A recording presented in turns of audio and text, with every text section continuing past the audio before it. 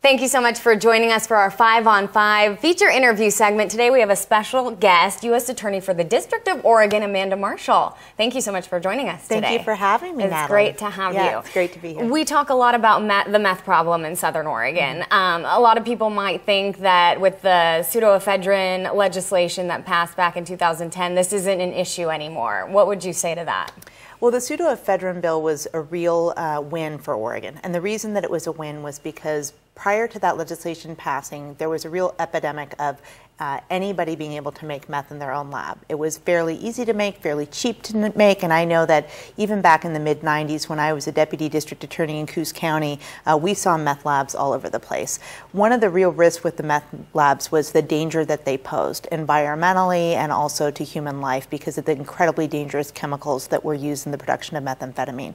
As a child welfare prosecutor in Oregon for 10 years, I can tell you that we saw children coming into protective custody who had the misfortune of living or spending time in residences where methamphetamine was manufactured in an ad hoc lab, and kids would come in and test positive at high levels for methamphetamine in their system. So in terms of public health, public safety, and child welfare, it's been a real benefit to Oregon because we've gone from finding and dismantling upwards of 500 labs a year to within a year after the legislation, I believe there were 2 or 3 and then 0 and a very low number of labs. Unfortunately, in the last 2 years, we've seen a slight uptick, so more into the 10 to 15 level, but still nothing compared to what we had before the legislation. So that's the good news. The bad news is we've seen veritably no impact on the amount of methamphetamine available on the street. And the reason for that, and I don't think this surprised anybody in law enforcement, is that the majority of the methamphetamine on the street comes from drug trafficking organizations and cartels south of the border. It's not manufactured at home.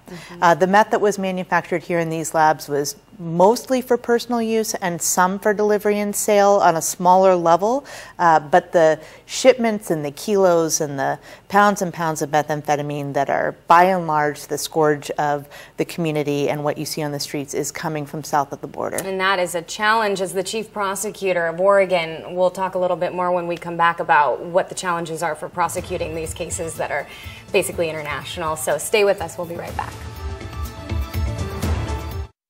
Welcome back to our 5 on 5. U.S. Attorney Amanda Marshall for the District of Oregon. Thanks again for being here. We talked about how meth is this, international issue. It's coming up from Mexico along the I-5, and, Medford is one of the first stops in Oregon.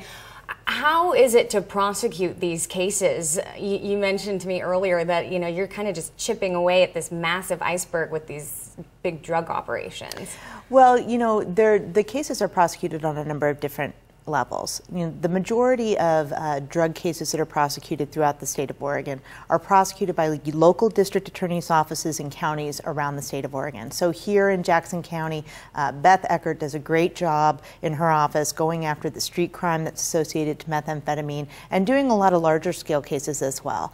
They've been able to get some pretty good sentences and have had really good results here locally. Now, aside from that, my job is really to go after the worst of the worst. The Attorney General came out with a Smart on Crime initiative in August of this year that directed U.S. attorneys across the nation to really take a hard look at the drug cases that we prosecute, to ensure that we are going after people who truly are federal priorities, that we're not simply being another district attorney in the state of Oregon, because our sentences are significantly larger, and many of them include the potential for lengthy mandatory minimum prison sentences in federal prison.